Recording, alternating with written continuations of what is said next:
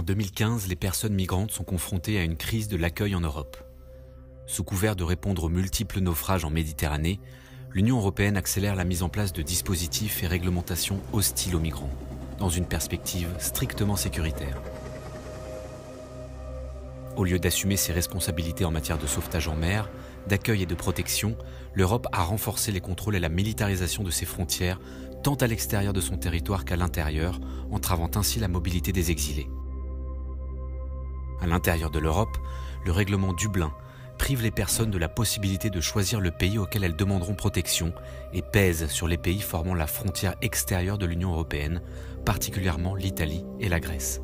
Alors que plus d'1 million de personnes arrivent en 2015 sur les rives européennes, l'Union européenne impose aux pays côtiers l'approche hotspot, qui consiste à identifier les exilés et faire un tri dans des camps aux frontières de l'Union européenne, entre les supposés migrants économiques et demandeurs d'asile d'une part, puis parmi les demandeurs d'asile qui seront soit relocalisés vers un pays européen, soit expulsés vers un pays du Sud.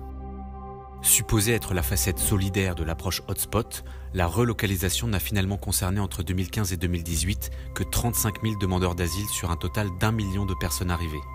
Les camps hotspot, présentés comme des espaces de tri temporaires, deviennent des camps de détention quasi permanente. En Italie, les hotspots sont à la fois des centres de premier accueil et de confinement dans lesquels les primo-arrivants sont enfermés le temps des procédures d'identification et d'enregistrement. Ils et elles seront ensuite dirigés soit vers un centre d'accueil pour demandeurs d'asile, soit vers un centre d'expulsion en vue de leur renvoi forcé, bien souvent dans des vols réguliers. En Grèce, les exilés sont détenus pour des durées pouvant aller jusqu'à plusieurs années dans des camps surpeuplés où les conditions de vie sont notoirement indignes, inhumaines et dégradantes, au point que de nombreuses personnes, y compris des enfants, tentent régulièrement de se suicider.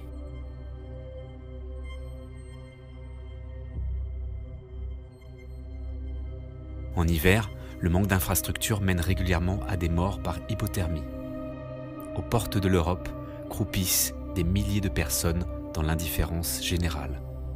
Cet enfer n'est pas seulement dû à un manque de moyens, il est le résultat de politiques migratoires mortifères visant à décourager les exilés de rejoindre le continent européen.